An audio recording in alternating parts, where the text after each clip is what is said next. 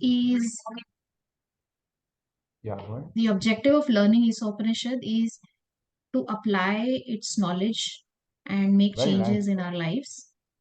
Very nice. Very nice. So Isopanisad gives us the vision, the guidelines, Mm-hmm. and the prayers to bring about that change in our lives.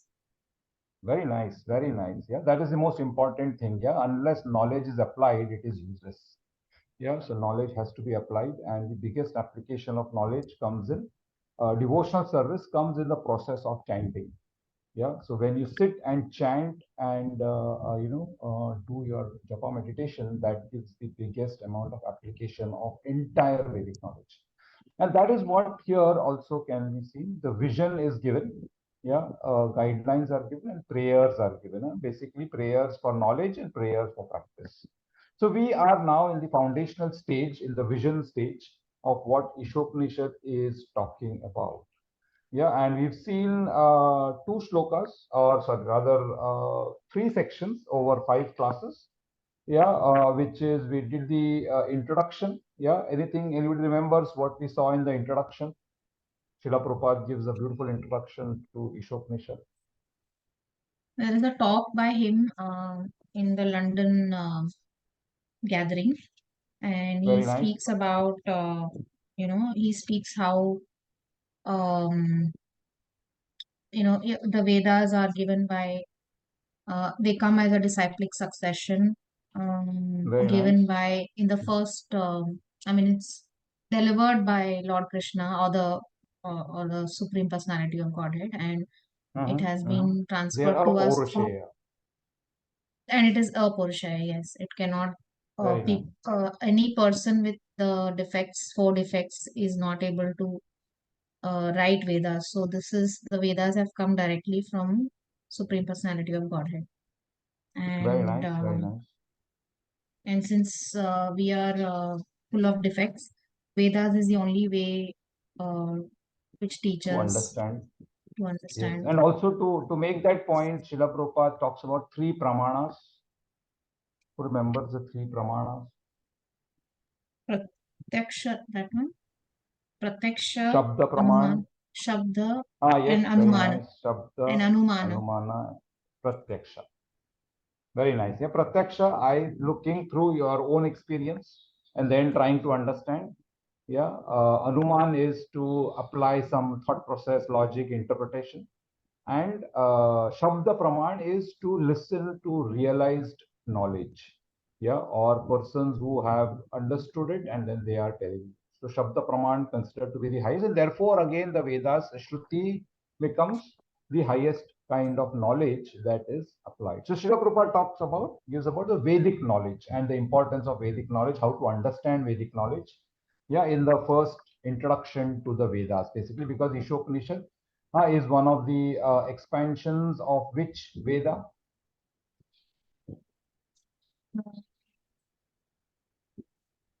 Yajurveda. Ishopanishad. Yajurveda, very nice. Yajurveda. Yeah, Ishopanishad comes from the Yajurveda, and therefore Srila Prabhupada gives an introduction to the Vedas. Yeah, how many Vedas? 4 Vedas, 4 main Vedas, 4 Vedas. How many Upanishads? 10 main, 108. 10 main, total 108. Very nice. 108. Yes, 108. Yeah, correct. And how many Puranas? 18. 18 Puranas. How's the grouping? 6 is in the mode of goodness, passion, and ignorance. Very nice. 6 each for people in the mode of goodness, passion, and ignorance. Very nice. So many other things, Shrutis, Smritis, Nyayas, and Pramanas, and so many different, the entire Vedic structure we saw as part of the understanding of the Vedas. Very nice. That was the introduction to the Vedas. Very beautiful class by Srila Prabhupada, giving us 3 important aspects to understand Vedas, that we have to take them as they are. Vedas as it is, Bhagavad Gita as it is. Then we saw invocation, yeah, and the invocation mantra. Somebody can chant the invocation mantra. Vipurnamada. Very nice. Yeah, go ahead. Om Purnamada Purnamidam Purnat Purnamudachyate Purnasya Purnamadaya Purnamevavashishyate. Om Very nice. Shanti Yeah. Shanti Shanti. Shanti. Very good. Yeah. So Om, this is the invocation mantra and talks about what? Some important points about the invocation mantra and explanation. Lord Krishna is complete and perfect, and everything that emanates from him is also complete and perfect. Complete and perfect. Very nice. We try to understand what here the Lord. We're trying to understand the Lord Infinity, through infinity. Very nice. Yeah. And infinity explained as three concepts, which are Brahman, Paramatma, and Bhagwan. no. Satchitananda. Sat Chit Ananda, very nice. Yeah, Sat Chit Ananda. Yeah. So through that, we're trying to understand the Supreme Personality of Godhead, and so many different aspects we saw about how everything that the Lord does is complete in everything. Therefore, we cannot question what is the reason for something which is happening. If it is happening, it is done by the Lord for a perfect reason. And then comes the first mantra, which is, anybody remembers first mantra?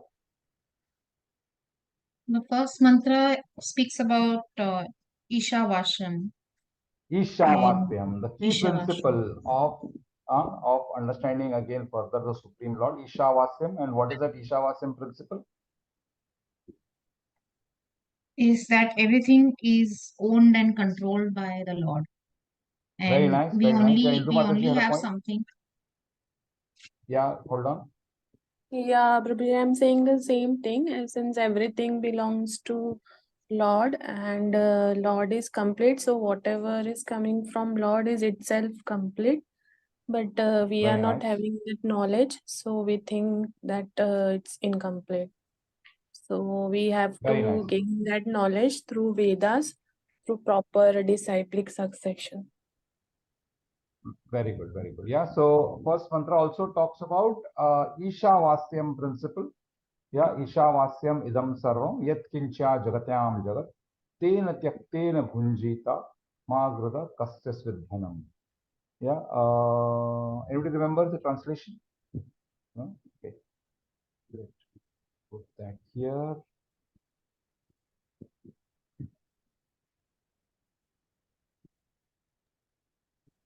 Yeah, mantra one, everything. Yeah, maybe Pratibha Mataji can read.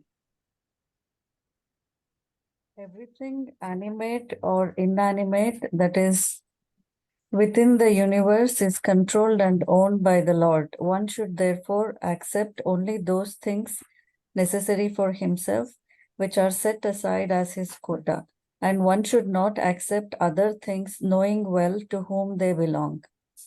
Very nice. Yeah. So very clearly, the ownership of everything in the material world is established here. Yeah. Comes from where? Comes from the Supreme Lord, because everything is, and we saw the expansions of how the Lord expands, how He creates the three material worlds, the material worlds, and all of those things is what we saw in this.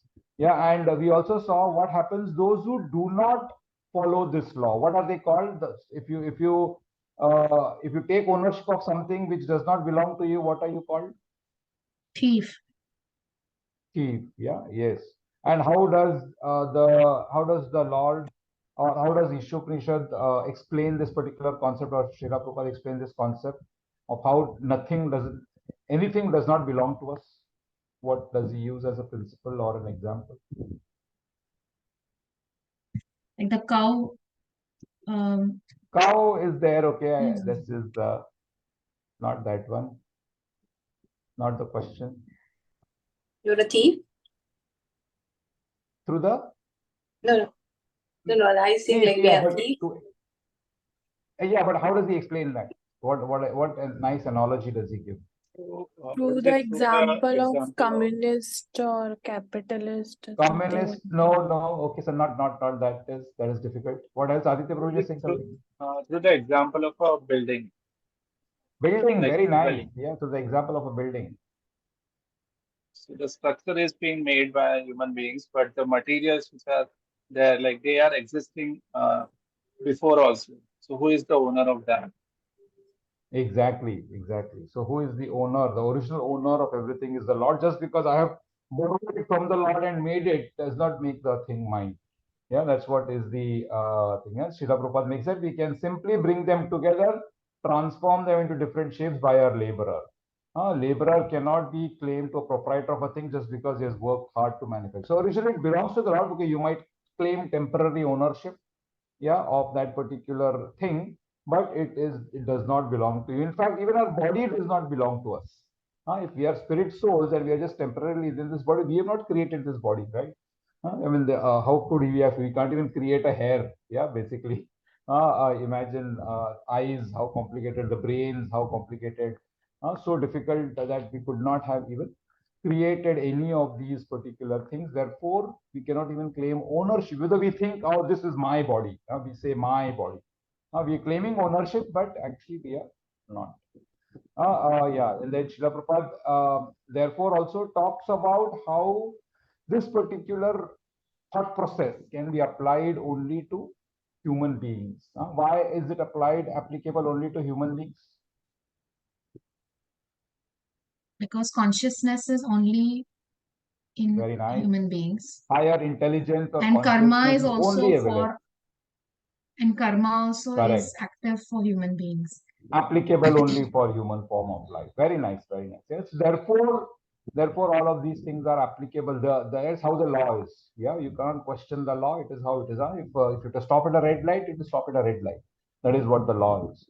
Yeah, and Srila Prabhupada then further talks about how, if you remember, what he talks about the aspect of karma coming from all the actions that we do.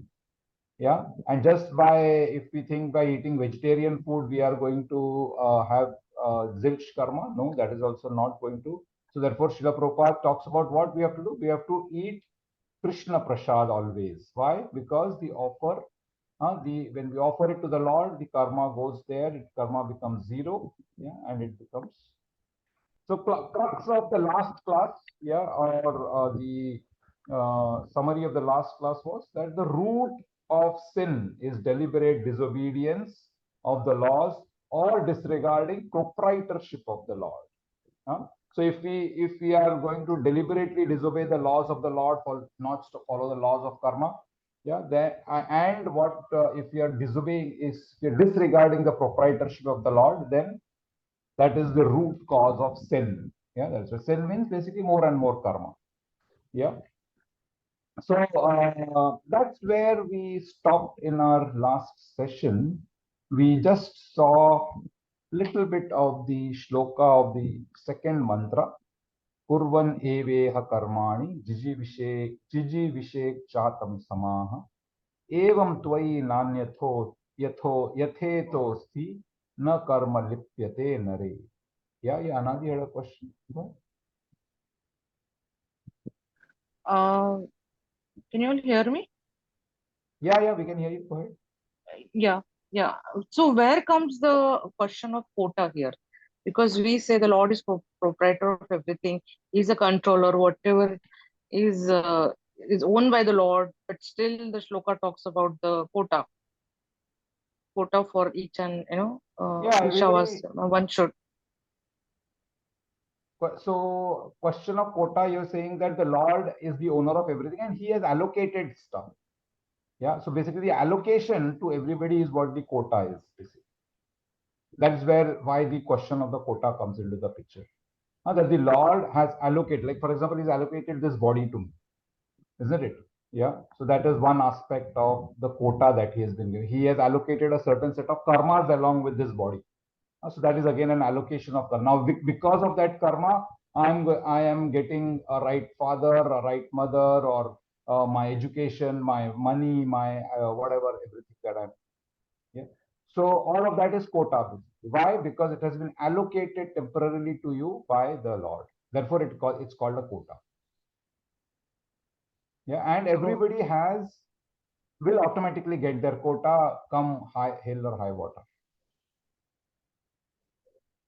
So that is That's the the quota. That's personal, where the I mean, question of the quota comes in. it's each and every soul has his own in this case of belonging. Yes. Yeah, so like the His example own. is given that of a cow. The cow, his cow's quota is the grass that he eats and whatever he gets basically. His quota is not on the milk. Yeah, milk is for somebody else. So if the cow says no milk I will control myself, I will not give to anybody, then that is problematic. Yeah, so that is where the question of the quota comes in. Correct. Yeah, Pratibha Mataji had a point. Sorry, Anadi, your question was okay. Yes, it's fine. Maybe further more shlokas will get it clear. Yeah, it will come. Correct. Yeah, sorry, Pratibha Mataji, go ahead. I was just trying to answer Anadi Go Mataji. ahead, Mataji. Yeah. I think it's like destiny, isn't it? We say Hane Baraha in Kannada. Yes, So correct. it's like whatever is already written, nobody can take it away from us. And at the same time, some things which is not written, no matter what we do, it will not happen. Yeah. So probably that We can keep trying and wasting time. Yeah, exactly. Yes. So that may be like correct. So going unnecessarily beyond your duty to try and get something is something we should avoid. Basically, is what the point that is also gets made. Basically. Yeah, So correct. quota Very nice, doesn't mean Pratibha. just to enjoy or what facility Lord is supplying. The quota doesn't mean that. Quota means his past karmas Everything. and Yeah. Everything related to him. Yeah. Who even he gets to associate with, where he stays, what parents he gets, how much money he gets, how much money he makes. All of that is part of the quota. Yeah, and we will see that. In fact, it will come in today's class. Srila Prabhupada discusses the aspect of karma, vikarma, and akarma, and we will see the karma cycle. correct. Yeah, any other questions? Okay, this is like what is the body is given to us, right? But after that, when we meet some spiritual person, then that free will that we have, then we try to utilize it. Then also we are making a choice and we are like trying to utilize Correct. whatever is given for us, right? We are like, for example, food, as you suggested, we are offering and eating, and that too, like what we can digest, and we can like, if we want to wake up early in the morning, then we will try to eat early in the evening so that it will be digested and we can do our sadhana by waking up early in the morning. So that way, food can also be called as a quota, right? And similarly, other Exactly. things. What food we eat, all of that is part of the quota. Yeah. And we will see now. For a moment, the quota aspect is applicable more for all the karmis and all of that. Generally, those who are not in devotional life. Once we start devotional life, a lot of the laws of karma stop applying. Yeah, and that's an interesting thing that we will see as to how to change our karma. Yeah. Okay. So those are some of aspects that we will try and see today in today's session, because what the second shloka, second mantra is about is basically what happens if you follow this law. Yeah, what happens if you follow this law? What will happen? What law? The Ishavasyam principle. If you understand the Ishavasyam principle, imbibe it and apply the Ishavasyam principle everywhere in your life, what will happen? That is what this particular shloka says. Let's go ahead and read this particular mantra number 2. Yeah, Aditya Prabhuji. Hare Krishna. Kurvan eveha karmani jijivishet chatam samaha evam tvai nana yat hetosti na karma lipyate nare. Translation: One may aspire one may aspire to live for hundreds of years if he continuously goes on working in that way, for that sort of work will not bind him to the law of karma. There is no alternative to this way for man. Hare Krishna.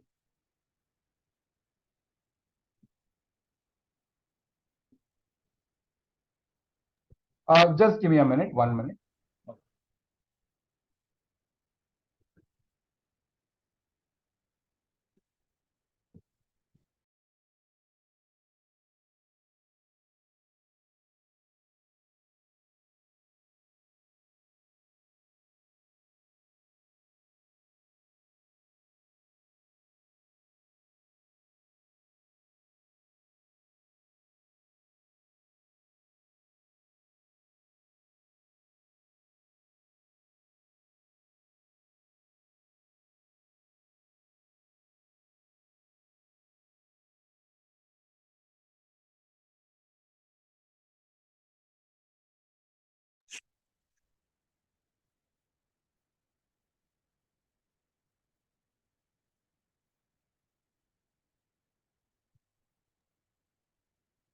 Hare Krishna. Sorry, somebody was at the door. I couldn't help. Okay, yeah. So translation was right. So that one may aspire to live for hundreds of years. That's the typical life. Everybody thinks that I want to live and live and live and live. Yeah. But what happens when he keeps on living? When he keeps on living, a lot of karma gets generated, and the problem is then that karma catches him and pulls him down. Yeah, but if we work with the Ishavasyam principle way, what will happen? He says he can continuously go on working in that way. What way? What is that way? Ishavasyam way. Yeah, and what will happen? For that sort of work will not bind him to the law of karma. That is what the principles are. If you apply the Ishavasyam principle in our life, what will happen? The law of karma will not bind us. So Srila Prabhupada now explains what the law of karma is, what the entire thought process. And he says, actually, if you want to live a proper human life, says there is no alternative way to this way. There is no alternative to this way for man. Otherwise, how are we living? We're just living animalistic life. We're just going through the cycle of karma, same thing again and again. Yeah. So we've all seen the cycle of karma, right? We'll just revise it, yeah, in this particular session so that we can understand what Srila Prabhupada is talking of in this particular entire. He talks about this aspect of karma bandhana. So let's see what this karma bandhana is about. Let's go to that presentation I have on.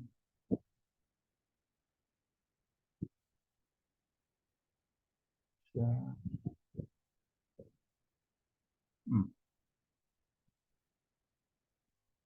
Okay, everybody's seen this many times, but let's revise this one and put it on presentation mode.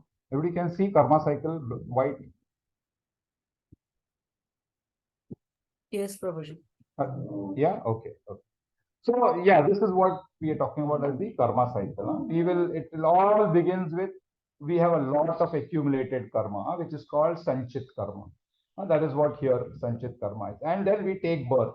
And what happens with this birth? We take a little bit portion of the sanchit karma, yeah, and we take birth in this particular janma. And what is that particular karma called? It's called prarabdha. Yeah. So we take prarabdha and we take birth and we start our worldly experiences. Yeah. We get our parents, we get our whatever, brothers, sisters, house. Somebody is born in America, somebody is born in Dubai, somebody born in India, somebody is born in Ethiopia. Yeah. And based on their prarabdha, their worldly experiences begin.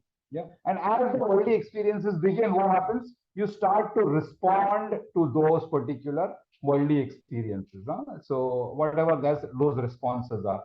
And how do those responses get influenced by? They basically are influenced by our last janmas and what kind of modes of nature is acting on us. Sattva, Tamo, and Rajoguna basically is what influences what kind of actions we will create to this worldly experience. So stimulus is coming from everywhere, and we are basically just responding to the stimulus. A lot of actions are created. And what are those actions creating? The actions are creating new karmas. They are called agavi karma. So three types of karmas that we've seen: Sanchit karma, Prarabdha karma, and Agami karma. And the entire cycle is only about this. Yeah. So what is the Agami karmas? They were basically of three types. Nishiddha karma, something that you should not be doing. So now if you've got a set of worldly experiences and actions, there are things that you will do which are not to be done based on the experience that comes in. Yeah. So those are Nishiddha karmas. What do Nishiddha karmas give us? They give us, papa. Papa as in they give us sin, or that is vikarma. They give us all things which are should not be done. They give rise to negative reactions. And the negative reactions might not come in this cycle itself. It will go and sit in your sanchit karma. In some cases, the vikarma or the bad karma might come in this worldly. It come and adds to your worldly experience possibly, but in many cases it goes in and sits in your sanchit karma, because many times you have done a bad activity for a long time, you don't see the effect of that bad activity at all. Why? Because it's gone in and it's sitting in your sanchit karma. The other type of agami karma that you will see is prayaschitta karma. Means you get some knowledge, yeah, and you say, oh, if I go to Ganges, if I take some bath, I will grow. Let me do this yajna, let me do this homa. I will try to reduce. Oh, I'm sick. If I fall sick, oh, I let me pray to this particular deity. I might. So all those are prayaschitta karmas. Why? Again, they are worldly experiences. You've fallen sick. That's the worldly experience because of your prarabdha karma. And to respond to that prarabdha karma, you are doing something called prayaschitta karma. And you try to reduce the impact of that particular karma. Third thing that you do is sakam karma. You see a poor man on the road, that's the worldly experience that has come in, and you feel very sorry. Oh, poor man, let me give him something. And you give him some money. What are you doing? You're basically doing sakam karma, kamya karma. All of these actions that you take, yeah, based on your responses, all of these karmas, all of these actions that you're taking, create these types of different karmas. And they also go in and sit in your accumulation of total accumulation of karma. Yeah? We all know the rule. What is the rules of karma in relation to Nishiddha, Prayaschitta or Sakam karma? Who remembers? Three rules of karma. Good karma result into good reactions, bad karma into bad Very reaction, nice. and both of them don't cancel each other. Cancel each other. Good karma. When you do good action, you will get good karma. You will enjoy basically the result of that as a result. If you're doing something bad, Nishiddha, vikarma, you will get vikarma, or you will suffer the consequences of your actions. Third is good actions good karma does not cancel bad karma. Yeah. So prayaschitta karma is similar to a good karma. Maybe it will give you some kind of punya, and that finally the punya will also go in and set into the accumulation. Yeah. So that's largely one cycle. Then again, what happens, because you have so much of sanchit karma, some other portion of prarabdha comes in, you take next birth. Yeah, again you start doing the same thing. Yeah, again maybe your influence might has now become added to one more. All of this influences has come in here. Yeah, so one more set of agamis karmas. Again, you do the same thing. Again, you go there.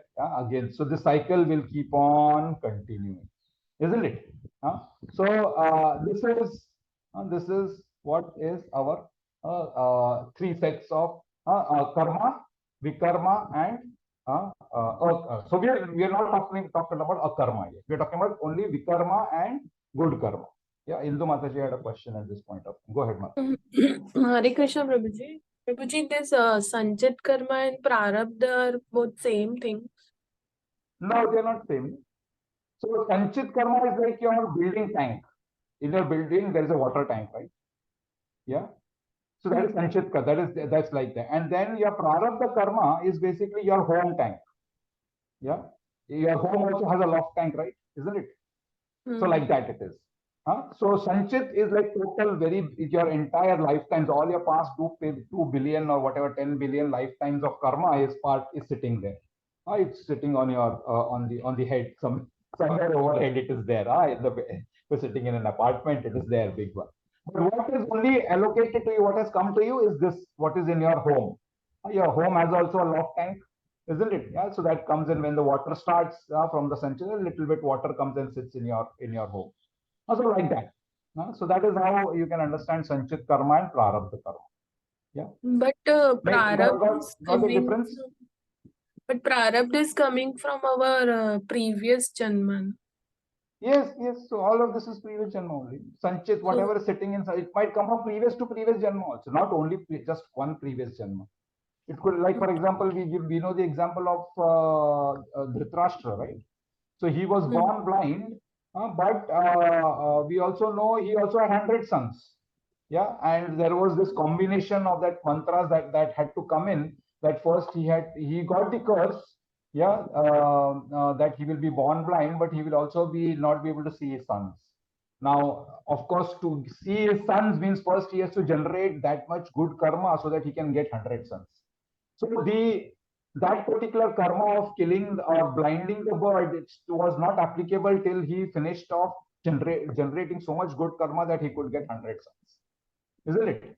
Yeah. So it's not only, yeah, it is, you're right, it's previous janma, but it could be previous janmas, not only one janma previous. So it can be one Yeah, makes part sense. of it can be one part of Sanchit, we can say. Yeah, it is one part of Sanchit only. Yes, that's what I'm showing here. No, you can see it in the diagram. Yeah, this is total Sanchit karma, the blue box. Of that, a little bit of this yellow has come into this birth. Okay. Yeah, but this one, this yellow, what has come is not necessarily only past janma. It could be from any of the combination of entire janmas sitting, in my entire karmas which are sitting. Okay, Prabhu. I Yeah. got it. Yeah, Shamila Mataji had a point. If karma is only applicable to humans, then all this karma, the Sanchit karma or whatever karmas we have accumulated, is from a previous human janma. Yes, from previous human janma. Yeah. And as part of, so supposing you got an animal birth here. Yeah, in the animal birth, you are just expending your prarabdha karma. There is no agami karmas getting generated here. Yeah, so you're just expending karma. Your prarabdha is over. You come next, take next birth, next set of sanchit karma comes in. Then you again extend. You again finish off. There is no karma. There is this does not apply. Yeah. So then again, all you're doing is expending sanchit karma as part of your different animalistic births. And after 8.4 million species, we get a birth because of some portion of our karma, which is human birth. And only this human birth, then we start again expending, and again, if you have not understood the cycle, you'll keep on doing the same thing again. Nishiddha kam and sakam karma, add to your sanchit karma, again next birth will keep on going again. Everybody's clear of this particular aspect of karma? Yeah. So of that, Nishiddha karma is called vikarma. Prayashchitta or sakam karma are called good karmas. Basically, they are karmas which you are doing as part of what is based on your duties, based on what is required, based on morality and all of those particular. Yeah. Okay. So now, if this is how it is going to be, then how do you break this cycle?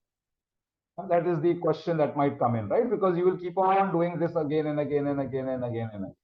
Yeah. So cycle gets broken at this particular point as to what should be our responses and actions. Yeah, to worldly experiences. That is what the Bhagavad Gita is entirely about. That we are getting worldly experiences, and how do I respond? Yeah, to this worldly experience. That is what the entire. That is where the entire crux of the entire knowledge application is. So basically, that's where the alternative path comes. One path is this blue line. You can do these things, or you can get knowledge. Yeah, and because now you've got knowledge, with knowledge, you are now doing something called as nishkam karma. And nishkam karma is what? Nishkam karma is nothing but devotional service. It could be one of the yogas, either karma yoga, jnana yoga, dhyana yoga, or bhakti yoga. Yeah, and different levels of yogas create different levels of karma.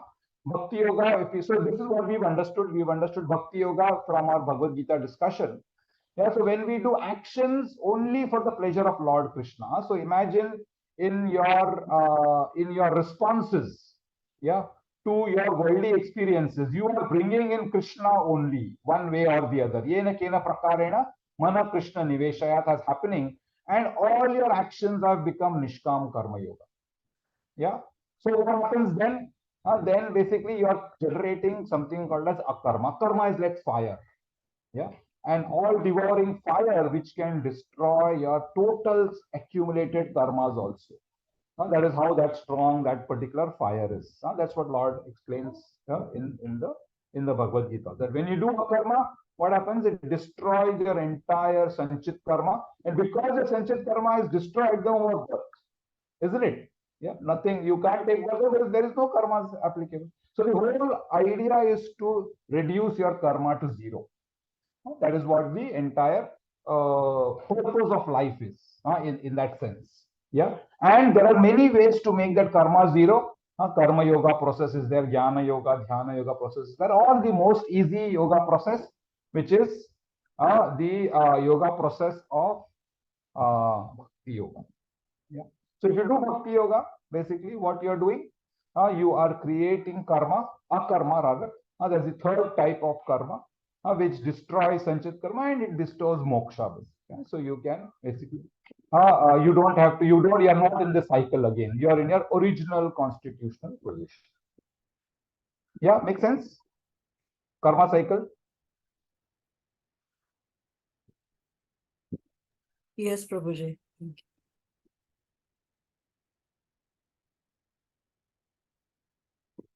Okay, great. So if this is understood, let's look at what Srila Prabhupada is saying in the purport. Yeah, let's read this one. Let's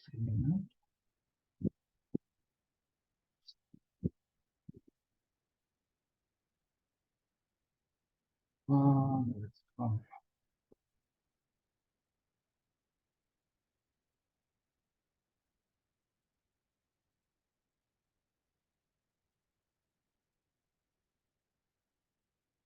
Okay, you can see my screen, right? Let's look at the first paragraph now in the background of how we've understood the entire karma cycle. Yeah, Aditya Prabhuji, can you? Hare Krishna. No one wants to die. Everyone wants to live as long as he can drag on. This tendency is visible not only individually but also collectively in the community, society, and nation. There is a hard struggle for life by all kinds of living entities, and the Vedas says that this is quite natural. The living being is eternal by nature, but due to his bondage in material existence, he has to change his body over and over. This process is called transmigration of the soul or karma bandhan, bondage by one's work. The living entity has to work for his livelihood because that is the law of material nature. And if he does not act according to his prescribed duties, he transgresses the law of nature and binds himself more and more to the cycle of birth and death in the many species of life. Yeah, so straightforward. Right now, everybody wants to live long, but unfortunately, he is not able to live long. He has to go through this cycle. If he wants to live long, he cannot live long only in this body. He is living long, but in different bodies. And why does that different bodies come? Because of karma bandhana. So karma bandhana we saw, or another word of sanchit karma. You have a lot of karma sitting on your head, and that karma bandhana is causing you to create more and more janmas. How does that particular thing happen? Because we are not following the Ishavasya principle. We are not following the laws of nature. We are not following the what is prescribed for us. Yeah, and therefore we are in the cycle of birth, old age, disease, and death in different species of life. That is what Srila Prabhupada is saying. And interestingly, so you might think, oh, this material world is going to end one day. Yeah. So if the material world is going to end one day, which means great, then I will get liberation. But does that happen? What is your view? After 311 quadrillion years, when Brahma dies, this material universe is going to die. Great. So all jivas after this birth, they will go to heaven, or they will get moksha. No, is that how it happens? What is your view?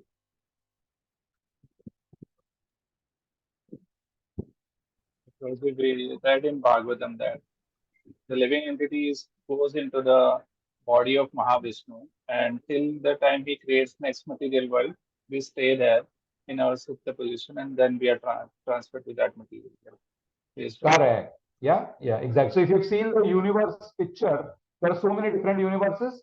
One universe is coming out, then it's going back in. That is when it's getting destroyed. When it's getting destroyed, the universe, all of the 24 elements of the universe. We've seen the 24 elements of the universe. What happens? They all get compressed together. It becomes very, very small, and it goes back into the body of Mahavishnu, who is the expansion of Sankarsana. Yeah. And then what happens when the next universe, another universe comes, some portions of that Mahatatma come out as part of that other universe. And then you might be a Jiva in that particular universe. You will come back again into the next universe, and again you will start. And maybe this Brahma is like five-headed Brahma. He might live for 500 and quadrillion 11 years. You might live for so then you will start your Janma Mrityu, birth, old age, disease, death again and again in that particular universe.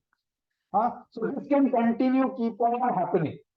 There is no end to this. As long as you have a desire to enjoy, this particular universe will get created. Therefore, that universe or that particular Vishnu where he's lying in an ocean called Karana Javajale. Karana ocean. Karana ocean means Karan is there for that ocean to be exist. What is the Karan? You wanting to enjoy without Lord Krishna. Therefore, that Karana gets created, and the jivas then are put into the cycle of birth, old age, disease, and death again. So interestingly, if you see, just like you have this cycle, this birth, old age, disease, and cycle for in one universe, across universes also you have birth, old age, disease, death. So that is also a cycle, unless of course we break that cycle also. So that cycle, if you see here, yeah. So this is one cycle. So we have a sukshma, subtle body. Yeah, subtle body takes birth and we get a gross body. So this sukshma body is what? Man, buddhi, ahankar. It takes birth, it gets the gross body, which is bhumi, rapo, analo, vayu, kham. Yeah, and then in part of your gross body, you do all your whatever set of karmas. Yeah, and then you die. When you die, what happens? The stool sharira goes, your sukshma sharira again comes in. Again, you take birth again. This happens for your one universe. In one Brahma's universe, this will keep on happening. You'll keep changing from sukshma to sthula and executing. And while you are in your birth body, in your gross body, karmas will get expended or will also get created and expended. So if you got a human body, then you'll create karmas and expend karmas. But if you have an animal body, you'll be only expending karmas. Yeah. So that's how the cycle will keep on continuing. Till when? Till the bigger cycle comes in. Yeah. So when the bigger cycle comes in, your Sukshma Sharira, which has become, this goes into your destruction pralaya cycle, and you get something called as a causal body or the Karana body. Yeah. And this Karana body is nothing but you're sitting inside the Mahattattva. It is a very short, small Mahattattva. And then again creation happens. Yeah, then you again come back into this Sukshma body, and then this smaller cycle keeps on going again and again and again. Yeah, and then once the smaller cycle gets over, then you're in the bigger cycle, then again. Yeah. So like that, it will never stop. These two cycles, and therefore they are like infinity. You see these two cycles, they are like infinity. Yeah, they will keep on going again, going in different cycles of birth and death. And we've all seen this. This is what will happen basically. You have the Atma, you have the three coverings, which are subtle, mind, intelligence, false ego, and you have the gross coverings, the pentagon. Bhumi, Rapo, Analo, Vayu, Kham. So this is the body that you have got. The body is attached to the or the jiva is attached to the body because of envy. Envy of what? Coming from the original envy of the Lord. And that envy is expanded into lust. And what is the lust trying to do? It's trying to enjoy. The five Jnanendriyas, five Karmendriyas are trying to enjoy form, sound, touch, smell, and taste, the five sense objects. And when it is doing this, it is getting controlled by the three gunas, Sattva, Tamo, and Rajo. And what is he creating? Desire, hatred, anger, happiness, and distress. Which means what? More and more karmas. Which means as time passes, he will get the next body, which will be a different pentagon or different type of senses body. or arranged in a different manner. Like that, this will keep on happening again and again and again. We will never come out of this cycle of birth, old age, disease, and death unless we follow the Ishavasyam principle. Yeah, that's the critical aspect here. So that's what Srila Prabhupada mentions. In the next piece, let's look at this piece, this paragraph. Yeah. Okay, maybe Rashmi can read this one. Sorry, before that, everybody's clear about the cycle of how the janmas or how we will never come out of this infinite loop unless we apply something which we have higher of, higher intelligence. Probably one question. So when we usually say that, right, material world is temporary. So how do we understand like in this case? Sorry, I missed that, Prabhu. What did you say? We have what? We say that, right, the material world is temporary. Dukhalayam ashashvatam. So it is temporary. So how do we understand from this context? Now we see that like it is being taken in the body of Mahavishnu and then it comes out. So it seems that it is eternal, right? Yeah, it is eternal because it's like, for example, let's take the example of a jail. Yeah, the jail will be eternal as long as there are prisoners. Imagine if there are no prisoners, will the jail be required? What will happen to the jail? It will get destroyed automatically, right? Because nobody's there. They're just empty people. There is nothing in it, isn't it? So therefore, can you call the jail in a way permanent? We cannot call the jail permanent, right? It is permanent as long as prisoners are there. If there are no prisoners, then jail is not permanent, isn't it? I have another take on this. Yeah, go ahead. The other take is that in the material world, there is a time is a dimension. And Very nice. in Vrindavan, Golok Vrindavan, Spiritual time world. is not a dimension. So it is Correct. ever present all throughout. But we come in the material world in a certain time span, which is, I think, not, it may seem eternal because of the size of our Yes, it body is or long. our That's all. It's not existence. eternal. Yeah. So it might Right. sound eternal, but it is temporary because there is something there which doesn't even, time cannot be measured over there as well. Like there's no dimension of time. Exactly. Very nice. Very nice. Yeah, Pratibha, Mataji, a point.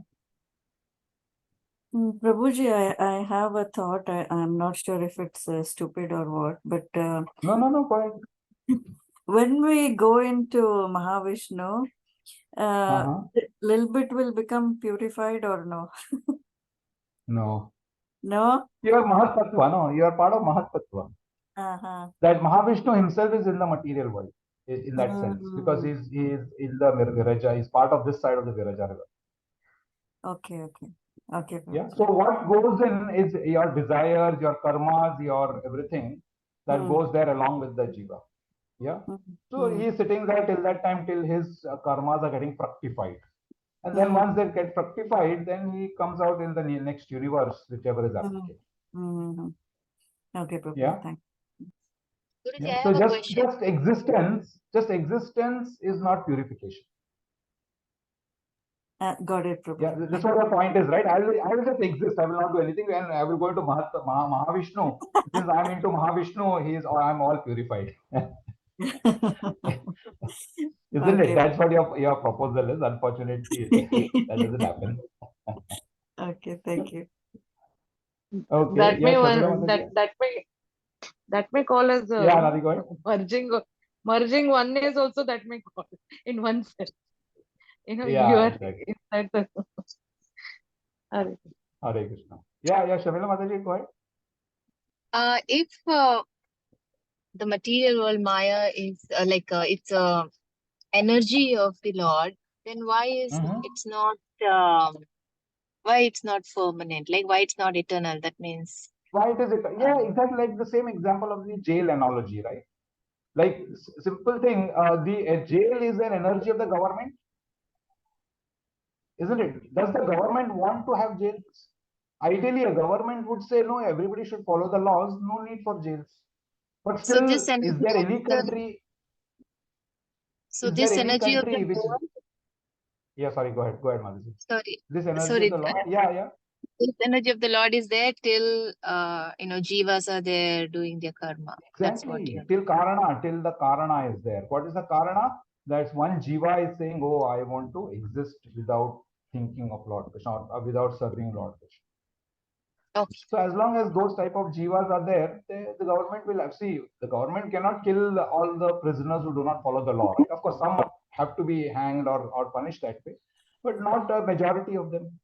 They have to make provision, right? The government makes provision in a jail. The jail is the energy of the government, isn't it? In fact, the government spends so much of money to maintain jails and to, get jailers and, all the guards and electricity fences and build a big, all of that is government's energy. So same way the jivas also, but why is the prison house made? So that the jivas can go there or the prisoners can go there and get reformed. Yeah. And once they get reformed, they are supposed to come out. Yeah. So actually, the assumption in a material jail is that he spent 7 years. Now he's reformed. Let him some, but he might not have got reformed at all. Yeah. But in the spiritual, in the material jail, in the spiritual world, that is, if you have not reformed, you will never come out. You will be in the cycle again and again and again. If you have to really be reformed, then you have to be a proper servant of Lord Krishna, and you have to prove it. Just like a parolee has to prove that I have reformed, so let me, so there might be a 25-year prisoner, 25-year per year long prison house prisoner. He's got a sentence of a 25 years. But in 10 years, he's reformed and he's now acting perfectly and then the government might think, oh, he is reformed. It looks like he is. So in 12 years, they will leave him. Okay, you're good. You've reformed. You don't need to spend your all 25 years. You can go ahead and add to society, help society. So he might come out. Of course, he might again do mischief and again get back into jail. But the idea is he comes out and he says, I will not have to go back into jail again because I don't want to enjoy. I don't like it. Okay, Guru, Yeah, thank like you. that. Yeah, Indu Mataji had a point. Prabhuji, it is like that even we are living over there here in this world. For example, now we are having a class, listening class, but actually we are there. It's present itself in the Lord body. I mean, not the Correct. body, but Lord's. I mean, we There's a can spiritual connect world. it with that thing that Yashoda Maya has seen all the universe in the mouth of the Krishna. So all entire world, including Earth, is present. So actually, we Correct. So can again, but yeah, we are present. again, if you follow the same analogy of the jailhouse, yeah, the jailhouse, the prison house can be considered something outside of the normal country, right? It's in some corner, but it is part of the country, if it's part of the entire thing, isn't it? Yeah. Yeah. But the jailhouse is considered to be slightly separate. So same way, we are also in the material world. We are here in the material, but this entire thing is part of Krishna's energy only. The entire thing is part of Krishna's, just like Maya said, Shamila Mataji was mentioning, the entire thing is part of Krishna's energy. So in that way, you can say, yes, I am in the material world, but I am still part of spiritual world. I'm in the jailhouse, but I am still part of country India. You can say that if you're in the Bombay jail, then you will say, no, I'm in jail, but I'm also in India, which is also correct in that sense. Isn't it? The same way we are in the material world, but yeah, we can say we are part of the spiritual world because material world comes as part of the entire universe, like that. Yeah. Okay, Hare Krishna. Okay, Prabhuji. Yeah. Okay, Pawan Prabhuji had a point. Prabhuji, I have one doubt. Prabhuji, can I ask? This is Yeah, go ahead, regarding Prabhu. nowadays we see that if you have any problem, you try to solve it immediately. Like for example, my question is, Duryodhana is born blind, and it is in Dwapar Yuga. Dhritarashtra is born blind, and he's in Dwapar Yuga. There is a higher facilities for him to see the world. But why he didn't try, Prabhuji? Is it like even if he tried, he will get You have to reaction ask some him other way? only, no? No, You no, have to I'm ask just him only, asking. right? Because what lust a person has, nobody can know. Krishna says the same answer, right? Arjuna asks in the 3rd chapter, what does he ask? He asks that, oh, I know this is wrong, but still I go ahead and do it, as if somebody is forcing me. Dhritarashtra knows everything is wrong, but still, why doesn't he take the higher? Because of lust only, right? That is what No, my Lord question Krishna is mentions. It is lust. why he didn't get treatment for his eyes? Why he didn't try to see the world? That's my question is like. Nowadays, people, if they get I have some, no is it Even like the today, if you are understanding born that blind, not everybody has a chance to get this thing. So treatment might be available, but it might not be affordable. is it like if even is it like the suffering has to be there? So he has that understanding Exactly. maybe that even if he solve it, he may get suffering some other way like that. Some other janma he might get suffering, but he was not that intelligent. Maybe it was not possible for him to get cured even with yogic power, probably. And that yogic power, like for example, Sanjaya had the yogic power of Divya Drishti, right? Yeah. He could have, Dhritarashtra could have also got that, but was Dhritarashtra like Sanjaya? No, he was not at all, because he was not Vyasa's disciple. So to get that, affordability does not only mean money. He might be a king, he might have a lot of power, but in this particular case, the cure might require a lot of dhyana yoga or something which Dhritarashtra might not be possible. It might not be possible for him to do with that body that he had, or he might not be interested in following all the dhyana yoga practices or whatever. So affordability does not only mean money, or he's a king. Oh, he was born in Dwapar Yuga, then he should have got. Actually, I heard it. Affordability might not be there. Actually, I heard he's a pure devotee also. Sorry. Actually, I heard Dhritarashtra is also pure devotee of Lord. That he's just playing the role of it. Yeah, in the 11th canto, I think it comes like when he just goes and set the fire element in his body. Yeah, afterwards he becomes. Afterwards. That was afterwards when he starts his prayaschitta basically. Yeah. Yeah, like that everybody, even you and me are real devotees of the Lord, but now we've forgotten that position. So Another thing, okay, how is it related to Isopanisad, Prabhu? Sorry, I have a question now to you. But I want to complete this paragraph. Is the next question also related to Isopanisad? No, please. Okay, maybe we will discuss that after this. Let me finish this paragraph and then we will discuss that. Yeah, just hold on to your question, or maybe you can read this particular paragraph. Go Actions from there. Yeah, other forms. Other life forms are also subject to the cycle of birth and death. But when the living entity attains a human life, he gets a chance to get free from the chains of karma. Karma, akarma, and vikarma are very clearly described in the Bhagavad Gita. Actions that are performed in terms of one's prescribed duties, as mentioned in the revealed scriptures, are called karma. Actions that free one from the cycle of birth and death are called akarma. And actions that are performed through the misuse of one's freedom and that direct one to the lower life forms are called vikarma. Of these three types of actions, that which frees one from the bondage to karma is preferred by intelligent men. Ordinary men. Yeah, so this is an important point of this entire paragraph. That of the three types, karma, akarma, and vikarma, what is the most intelligent one? What does he choose?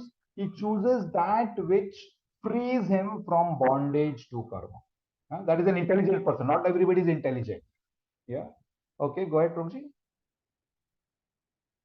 Ordinary men wish to perform good work in order to be recognized and achieve some higher status of life in this world or in heaven. But more advanced men want to be free altogether from the actions and reactions of work. Intelligent men well know that both good and bad work equally bind one to the material misery. Consequently, they seek that work which will free them from the reactions of both good and bad work. Such liberating work is described here in the pages of Sri Isopanisad. Fantastic, right? So that is what the crux of this particular aspect is, that when you follow Ishavasya principle, we are actually applying our intelligence. Yeah, and we know from our intelligence, from the concepts of discussion that we've discussed in Bhagavad Gita, good and bad quality is equally binding us in the material world. You do good karma will also bind you in the material world. Bad karma will also bind you in the material world. Yeah. So what does an intelligent person do? Intelligent person has to do a karma. And if he follows the principle of Ishavasyam, Yeah, that's what is mentioned in the shloka here, right? And that when he works in that sort of way, that sort of work will not bind him in the law of karma. If you continues work in that way, what is that way? The previous shloka. Ishavasyam idam sarvam yat kinchya jagatyam jagat. If you follow that particular, that way of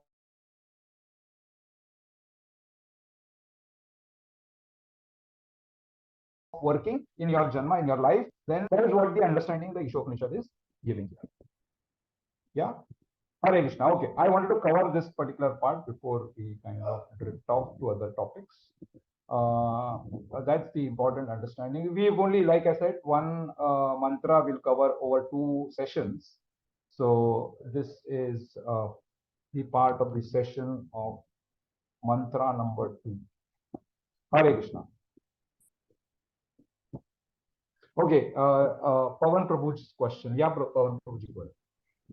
Prabhuji, why it is always mentioned revealed scripture? Revealed, because it is revealed, no?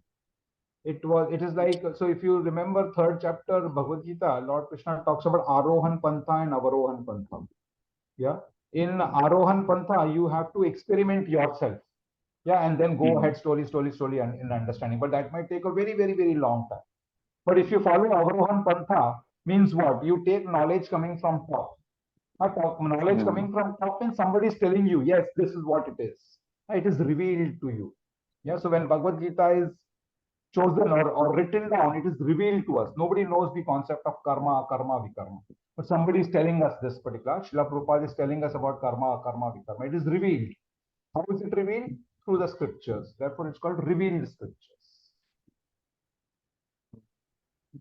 Yeah, So any that means other everything is there in take the on this? scriptures. Means everything Sorry? is there. Everything is there literally, and we have to means it's kind of understanding that it is happening. That's called reveal. Yes. Yeah, revealed. Okay. It's already there in the scriptures. Everything is there in the scriptures. And unfortunately, we don't have access to all the scriptures, or we don't have the capacity to understand all the scriptures. And therefore, for us, slowly, it's getting revealed to us. So another thing, after I attended Bhakti Sadachar course, I used to have this question, like why to make this material world infinite time? It's permanent. It's kind of there, always existing, like a cloud in the spiritual world. Whatever answers I got, I'm not satisfactory. But after that Sadachar course, I got one kind of understanding from Mara. It is about the Chaitanya Leela. If you see Chaitanya Mahaprabhu, he gave only 2 rules. One is to chant Hare Krishna and never offend devotees. And if you see his life, Chaitanya Mahaprabhu, he is always eager to glorify devotee with 5 mouths whenever he gets opportunity. So I thought like the material world is created to glorify devotees. To see how what is a dangerous position even Lord keeps.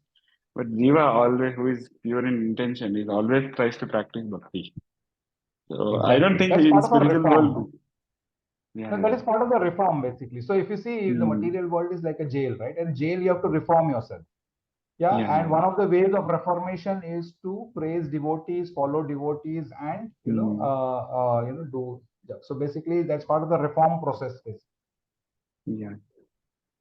Like this is like satisfying for me. Like I can see like Prabhupada is being glorified many times in material world only. I don't think in spiritual only Krishna is glorified. So Krishna created a separate world to glorify devotee.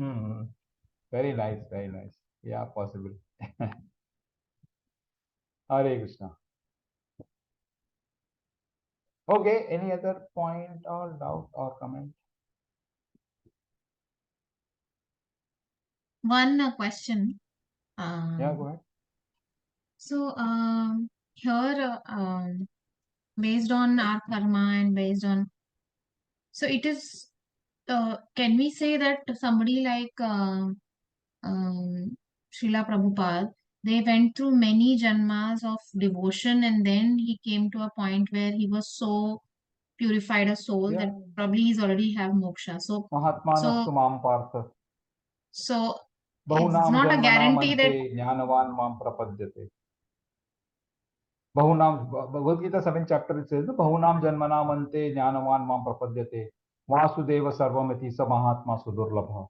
Yeah, so after a lot of bahunam janmanam ante, after many janmas, a person, a jiva, comes to the right knowledge. So he from a person bound in the material world, he becomes a liberated soul. Yeah. So from nitya mukta, or rather from nitya baddha, he becomes nitya mukta. Yeah, how does he become that? Through bahunam janmanam ante jnana. Knowledge comes in and he applies the knowledge. Knowledge not only just in discovering, but in application. So when he does that, he automatically goes So ahead. then, so for us also, it is going to take a We might have already expected, we don't know. That's why we got Prabhupada's association. So And maybe this is your Prabhupada last no, we said, are janma. not as pious as he was. I mean, yes, at least, I mean, I can talk about myself. So we Yeah, still but have to his take more association janmas. purifies. His no, association but Prabhupada, purifies. And Prabhupada says that, yeah, this janma itself, because you have taken his perfect association, this could be a last janma. Not necessarily you have to, of course, uh, you might come back, we don't know. Yeah, but that is the trick, right? Sorry That is the to idea interrupt, that, Prabhuji. sorry, Prabhuji, Prabhupada and all the gurus from the Guru Parampara are considered as the Manjari. I mean, they are Nitya the Muktas, like yeah, Manjaris. yeah. That's why they are very pious. Like, they are not like Not us. pious, actually, they are liberated souls. They're just like Yeah, in a hospital or in a jail. Yeah, in a jail, a jailer comes in, or sometimes a minister comes in, and give inspiration. Sometimes many devotees go into jail to do jail preaching. Do they mean they are part of jail? No, they've just gone there to help the jailer. Same way, Prabhupada and many of the other manjaris that you talk of, they come into the material world to help all the jivas. and But how have they one more become that? Prabhupada, They become that after a lot of multiple janmas and all. Sorry, another point? yeah, for Rashmi, there is one quote I remember, always Prabhupada is quoted. If you,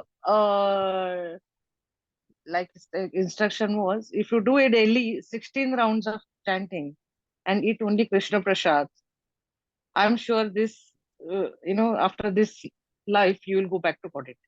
This assurance he has given, the faith on the words of the Guru, and, trying hard, to follow that itself is liberating, first thing, you know.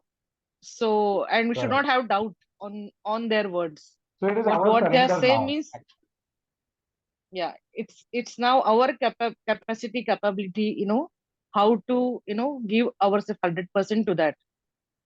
So Bahunam Correct. Janmanam is, they have literally, thrown out that. They said this very life, you know, this very life you'll go back to Godhead, that they have said. No, And no. if Also, we, the Bahunam Janmanam Ante is applicable because after a lot of janmas, we've come to this level, no, that we met Srila Prabhupada. Could be yeah, that way also, right? And because you're following Srila Prabhupada, you're already a Mahatma because of that. and it's, we will face so many problems once you start chanting. It's not so easy. The Maya will, try to disturb you, and this is how, we have to reform. What progress is, we have to reform. There will be so many anarthas, unwanted things, this, that. So this is literally a battle, to keep that, those, the words true, making the words true of these acharyas like Prabhupada, what they say, that itself will purify us and make us perfect. So believe, not this life. Hare Krishna. So yeah, Very so true. those can't be wrong. Hare Krishna. Hare Krishna. Okay, sorry, Indu Mataji had a further point. I think. Yeah, Prabhuji, I'm telling that thing only. They are coming directly from Golok for the preaching and for giving the holy name to Correct. everyone. So we cannot Correct. consider them as as ours at our As status. Jivati, They are very correct. pious and they are coming directly from Golok. Very true. Hare Krishna. Okay, let us then close for the day. Ekam Shastram Devaki Putra Gitam Eko Devo Devaki Putra Eva Eko Mantra Tasyanamani Yani Karmat Ekam Tasya Devasya. Tvameva Mata च पिता त्वमेव त्वमेव बन्धुश्च सखा त्वमेव त्वमेव विद्याद्रवणं त्वमेव त्वमेव सर्वं मम देवदेव कृष्णाय वासुदेवाय हरे परमात्मने प्रणतक्लेशनाशाय गोविन्दाय नमः कृष्णाय वासुदेवाय देवकीनन्दनाय च नन्दगोपकुमाराय गोविन्दाय नमः वसुदेवसुतं देवं कंसचाणूरमर्दनं देवकी परमानन्दं कृष्णं वन्दे जगद्गुरुं कात्यायनी महामाये महायोगिन्यधीश्वरी नंद गोप सुतम देवी पतिं मे कुरुते नमः श्री कृष्ण शरणं मम दासोऽहं कृष्णतवास्मि श्री कृष्ण शरणं मम दासोऽहं श्री कृष्ण शरणं मम दासोऽहं कृष्णतवास्मि हरे कृष्ण कृष्ण कृष्ण हरे राम राम राम हरे हरे श्री उपनिषद की जय श्री प्रभुपाद की जय हरे Krishna Hare Krishna. Hare Krishna. Hare Krishna.